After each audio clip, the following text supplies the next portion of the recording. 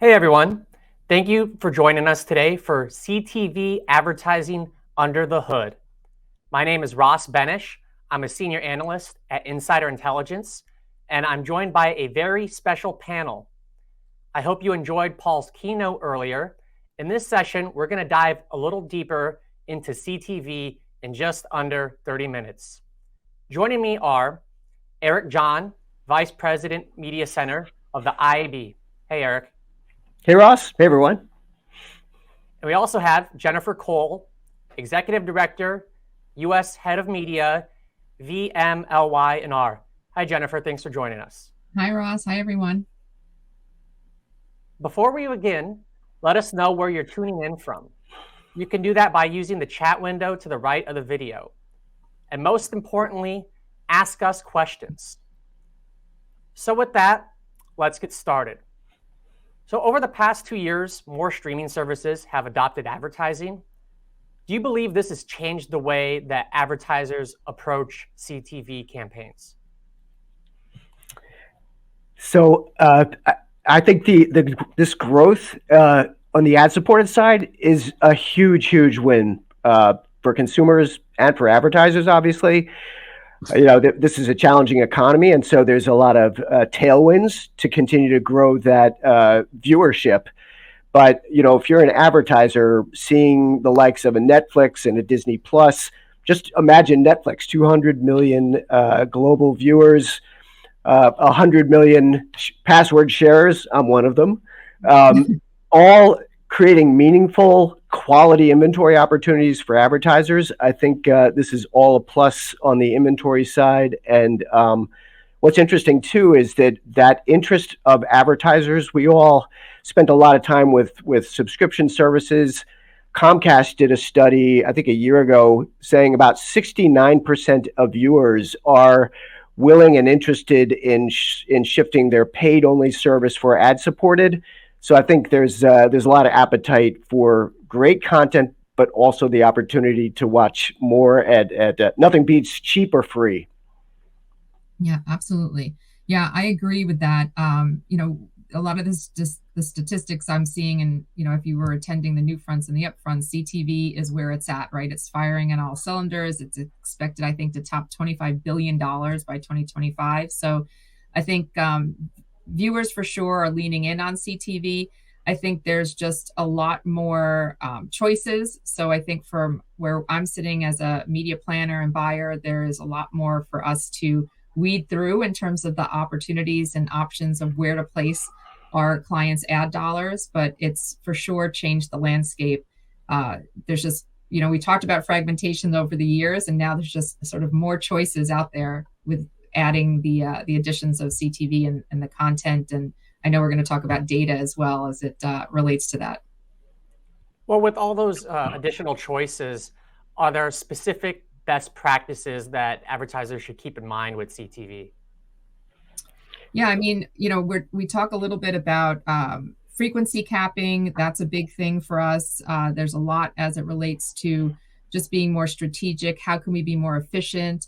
I sit within a creative agency, so creativity is really a part of it too, as it relates to addressability and personalization, and how can we better communicate and engage the viewer and the consumer prospect that we're looking for. And I think there's more opportunities. Eric just talked about content is sort of a big piece of it, and then data is the other piece of it, and sort of matching those two things and what's the creative expression of that. So I think there's a lot of consideration. It becomes much more complex, and there's a lot more to think about as we plan and buy, on behalf of our clients. Jen, I love you just mentioned planning, because I think when you think about just managing something like frequency and the experience across platforms, and if you think about this whole model of CTV, you've got the screen itself, the device, you've got the operating system, you've got the whole ecosystem of publisher apps.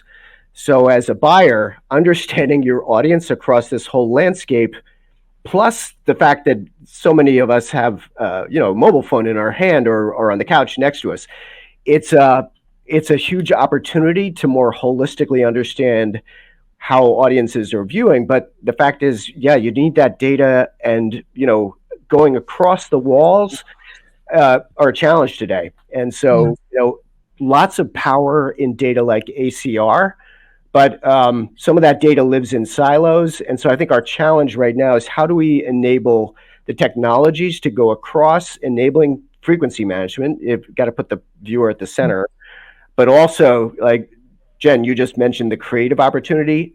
There are best practices, right? Until we get the holy grail of understanding audience and optimizing frequency, buyers and brands, they should be thinking about that, whatever they can do to minimize the burnout that happens when you see the same ad in the same pod. So think about multivariate creative. That's such a low-hanging fruit opportunity.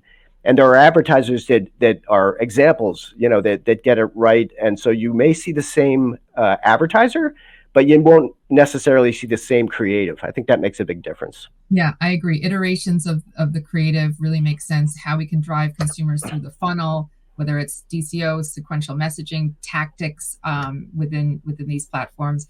And I do think, as we're even talking, what's true on Monday, I always say why I stayed in this business for so long. Like sometimes you wake up on Monday and Netflix is ad free. By Thursday, suddenly it accepts advertising. So I think also keeping our teams on the agency side, but also our clients abreast of all the changes and definitions, because sometimes, because it is complex and it isn't how we are, because it iterates so frequently and so dynamic, that we want to keep everyone sort of up to speed. And it's hard to stay current on all the information, all the ways of generating creative, all the ways of using data.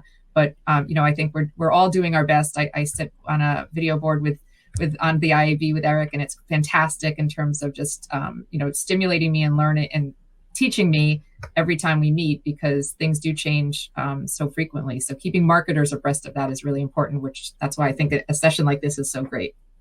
Well, Jennifer, can you elaborate a little bit more on that, on how you keep marketers abreast of all these changes that continue to happen? Yeah, there's a few ways. Sometimes it's very practical in terms of just doing a video landscape presentation to our top clients and just explaining to them, exactly how the landscape is organized and how we as brands can sort of embrace and interject our messaging in appropriately to that consumer journey. I think the other way is certainly panels like this and different opportunities, industry events for sure, upfronts, new fronts. That's how we try to stay as current as we can. We're doing a lot of test and learn also. So when we sort of see something out there that we're just sort of curious about, we can engage in a test and learn perspective. And then our clients, quite frankly, are also leaning in because they want to learn more, and they hear that they want to pivot, they want to do things differently, they want to stay current. So what happens a lot, we'll have clients just wanting to understand from a practical perspective. So if I have a Roku, what does that mean? And if I have Apple TV, what is that exactly? And that's great, because then we can unpack certain things and how their house is wired, and really showcase for them how they're actually getting the content that they seem to love so dearly. Do you guys still see a lot of confusion with, like you mentioned, I have a Roku or I have an Apple TV, what does it mean? Is there some confusion with marketers over what inventory they can get from all those different sources? And Eric touched on this a little bit earlier about going over the walls. There's Roku, there's Samsung, there's all the streaming services you can buy from. You can also go through a programmatic platform. Is it clear what you're getting from each of those types of inventory pools? Well, I think this is where the role of automation and programmatic comes into play. The promise of programmatic is that you could manage a campaign across platforms, understand results, plan, execute, optimize.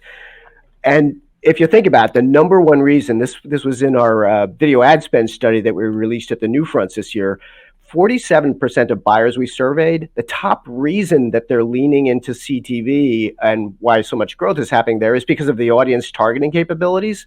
It's a digital medium. It's like the best of the full screen, sight, sound, emotional experience combined with the good stuff of digital, which is targeting, measurement, et cetera. But that promise kind of depends on helping brands and buyers like Jen get it right with viewers across all these different inventory opportunities. I think it's getting better. I think the ecosystem of technology that enables cross-platform buys, the DSPs, the SSPs, the understanding of how to match and create adjacencies is getting better. There's more granular understanding of how people are watching that informs the ad experience. Things that IB is working on there are content taxonomies, things like that. So I think we're going to get closer to getting it right, but it's an ongoing search for the Holy Grail. Yeah, and I'll just add to that too, Ross. It's an interesting question, and sometimes we sort of lay it out not only for our internal teams but for our clients, of course. Just take a piece of content like things that were hot during COVID, like whether it was Gossip Girl or The Office or Friends, and just show a client how all the different ways you could get to Friends, and something that was very exclusive like The Handmaid's Tale, that you could only get it in a certain place. So just showing that there were a lot of different ways to buy it. And so some with pros and cons across the board. But it was really interesting when we do those exercises and how enlightening it is for internal and external teams. It's really making it relatable. Yeah. Can I just say, Jen, you're pointing out a real. This is such an opportunity for innovation and improvement, which is content discovery. It's the fact that you've got a Roku, you got an app, all these platforms. The interface can be different. The notion of universal search, so that you can find Yellowstone wherever it is, whether it's on Paramount or regardless. That's another opportunity, I think, that would improve scale, but also improve the consumer experience. I think someone should fix that. Yeah, that's even, right now, one of the hottest Google trends for search queries, like where can I watch Handmaid's Tale? Where can I watch true. It? And it lists everywhere you can watch it. So it's really fascinating. Google's really improved on that too. You used to have to go to niche websites, and now you can just say, I want to stream Bad Boys or whatever. Yes, it's exactly. On TV or Netflix or whatever. Yeah, my household gets a little irate when Google's wrong on that, though. Yeah. Like, wait, they said I could watch it on this platform, and then they can't find it. But agreed, it definitely has improved, and it is a go-to place, and that's we've seen the trends go up on that query. So I want to get a little bit more technical and discuss addressability.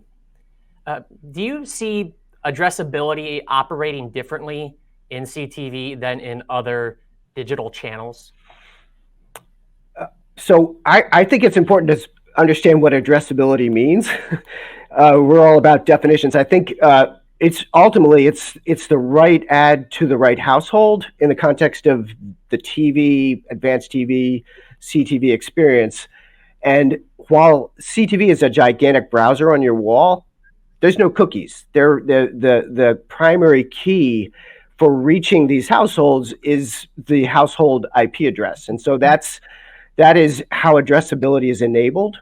I think what we're all looking to understand is how that common addressable identity model may be shifting as the privacy landscape gets more and more complex, state by state rollouts of new policies, and the fact that the IP address is sometimes considered PII. So I think that addressability, we're going to start to see more and more approaches to understanding adjacency through contextual means. And that's part of it as well, right? Add to the right household in the context of what people are interested in. It's a huge opportunity in CTV. Yeah, I agree with that. And, we talk a lot about personalization in what we do, and consumers are expecting that more and more. Consumers expect marketers to be really smart about the ads that they're serving. They get frustrated if they are, let's say, bought the red pair of shoes and now we're serving them the same ad about a red pair of shoes. Like, you should know I just bought those red pair of shoes. So there is something about personalization and addressability that is evolving over time, but consumers are sort of leaning in and expecting that quality in terms of the way marketers reach them. Well, Eric, I want to come back to a point you made about IP addresses, and that's often been used for identity within CTV. If there is some restriction on IP addresses, what are some of the contextual adjacencies or probabilistic data that marketers could use as a substitute for identity? Well, so this is the ongoing search for better signal that the ecosystem's looking to tap. The IB's been putting a lot of effort with our tech lab and working groups to enhance the content taxonomy that's used to more granularly identify genre of content. But that can only go so far. You also have metadata that's available in specific show level content.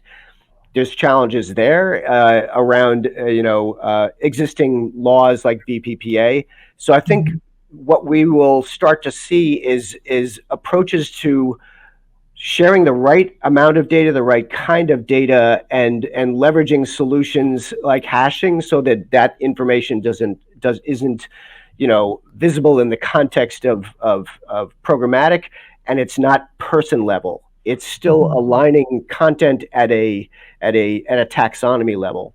So content IDs is one area of innovation we're starting to see. I think we're just going to get better at understanding context that doesn't compromise privacy. And I just want to remind the audience that you can ask live questions in the chat, and we'll get to some of those at the end of the session. Now, you mentioned programmatic, Eric. With programmatic, it's taken up a larger share of CTV every year. I mean, we forecast, I think, almost 80% of CTV is transacted programmatically, although that's heavily influenced by our inclusion of YouTube. Even when advertisers go programmatic, though, can you talk about where the human relationship still matters? Yeah, well, we are talking about television, so this is rarefied inventory, and so Jen, you know this better than anybody. That conversation about if you're a publisher, you're of course looking to maximize and monetize that expensive content and the yield around it, and so it is a person level conversation. It's what the whole notion of an upfront reserve based model is about. So I think in the land of CTV, programmatic is definitely used automation, but it is a flavor of programmatic that gives both buyers and sellers control. It's not the programmatic open exchange that you might think about in the land of display. So think more private marketplaces. Think more who are the right customers and the right sellers, so that matching can happen, giving both buyers and sellers comfort that adjacency in this super valuable inventory is managed correctly. So programmatic, yes, but in more controlled ways. Yeah, and I would probably also layer onto that I think we use the term investment, right? So it's not that dissimilar to the financial markets, right? So we're taking client budgets and investing them in different media platforms. So something like programmatic, I'm all about diversifying our risk. So you don't put all your eggs in one basket. You sort of work with publishers direct. You can work with programmatic. You're sort of seeing how all these things hang together. And so really sort of a mutual fund sort of approach to media investment is sort of can be very savvy and, sort of a smart way to go at it. Okay. Now with measurement, that's getting a lot of discussion in the trade press. How are marketers making sense of all these various metrics that are being made available to them? Because CTV is much more complex than the old school way of linear TV. Totally. I would just say, and I'm going to really let Eric lead this because I think he's probably got a lot of the granularity there. But I will say over time, we were craving some sort of universal currency as it related to broadcast, even digital with linear. Like you said, we were all sort of married to GRPs and we couldn't get GRPs. And now we're trying to get sort of those, whether it's YouTube views or Nielsen or GRPs for that matter. So I think there is still desire, but I think we're almost somewhat used to things sort of playing in different currencies and sort of aggregating some of that knowledge. But yeah, that would be the holy grail if we could get to a place where everything was uniform.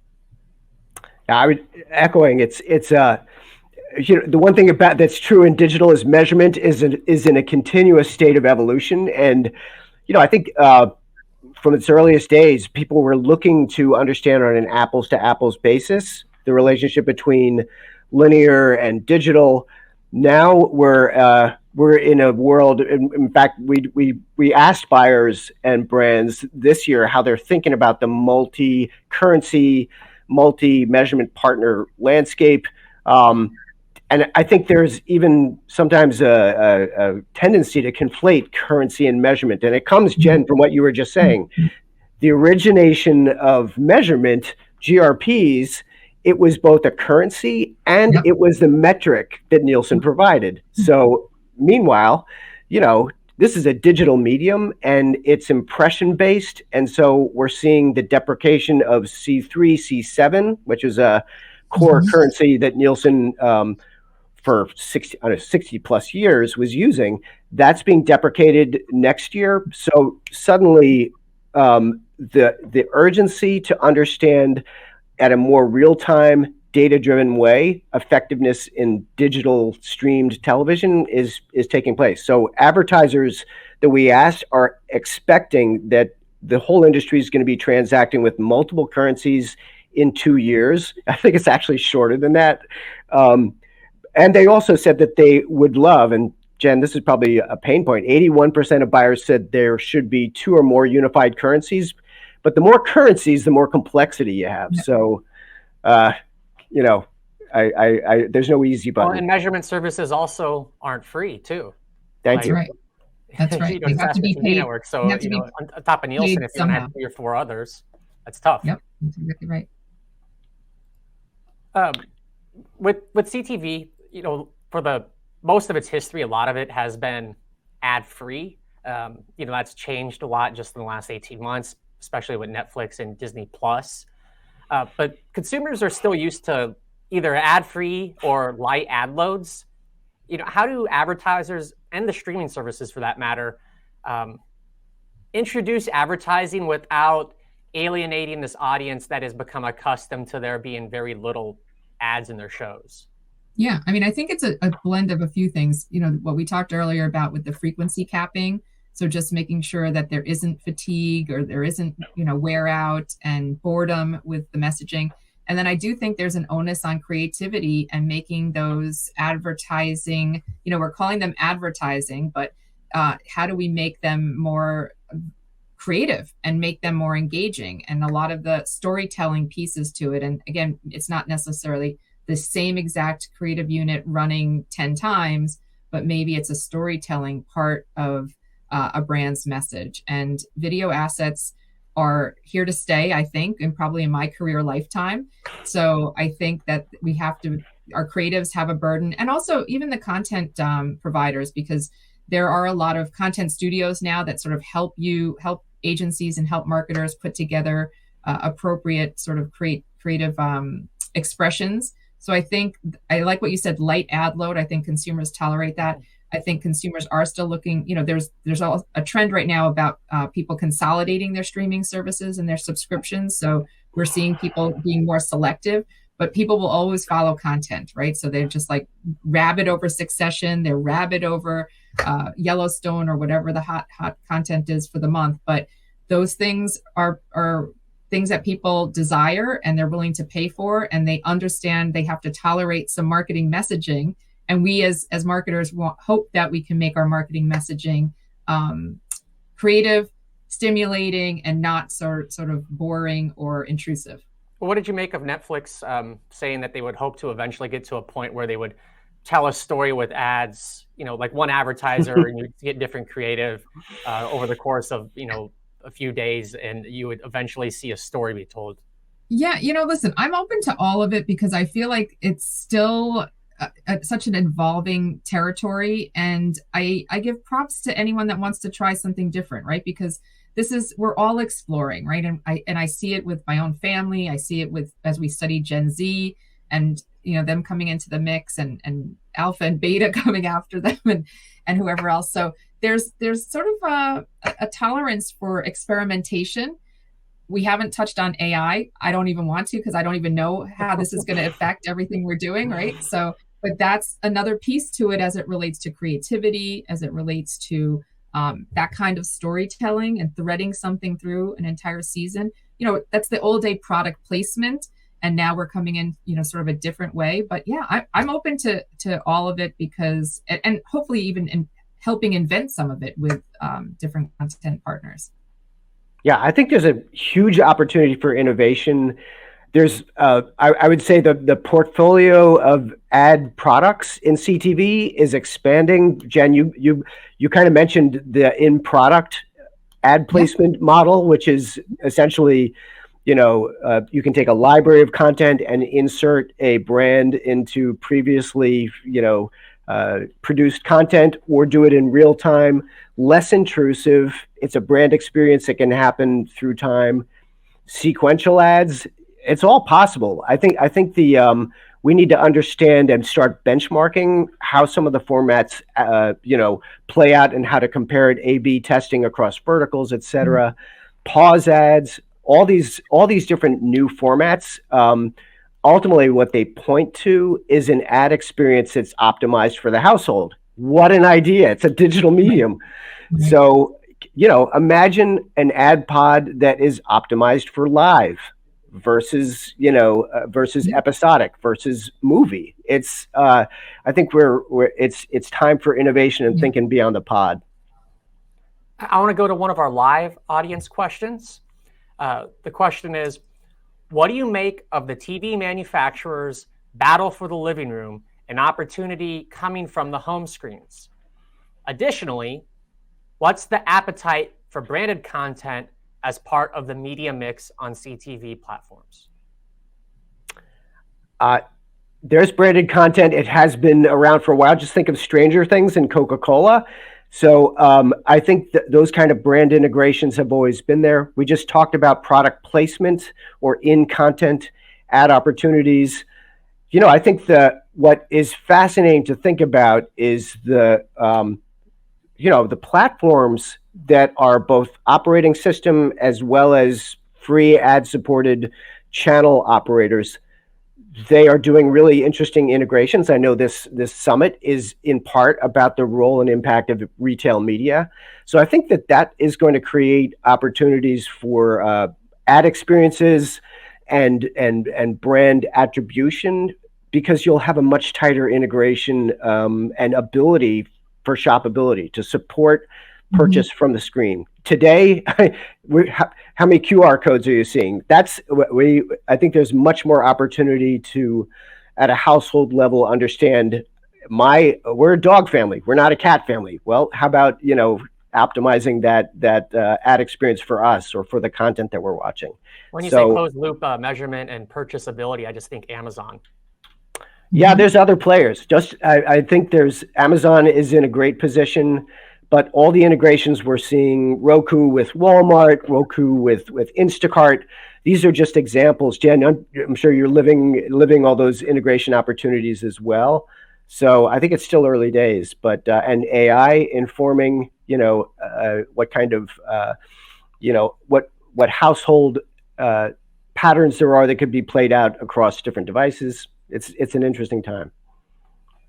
Yeah, for sure. I mean, even the person's sort of the beginning of that question too about devices, just thinking about Vizio and Samsung and just like that data collection from a manufacturer perspective and how they're using that to target consumers and sort of ideally transact. It's pretty incredible, in terms of that data capture piece too. And even Roku City is getting ads now. Yeah. Saw there was the Paramount theater there in the back of Roku City. So I'm sure there'll be some brand ads coming shortly. Yeah. All right. Well, that's all the time. That's all the time we have today. And Eric and Jennifer, I want to thank you again for this great content and for answering our questions from the audience. We really appreciate it. And thanks to our audience for tuning in. Next up, we have 2 analyst-led panels: the new search advertising with Evelyn Mitchell and social media targeting tactics with Max Willens. So join my colleagues, Evelyn or Max, next by clicking on the tab below the video that says next session. Thank you.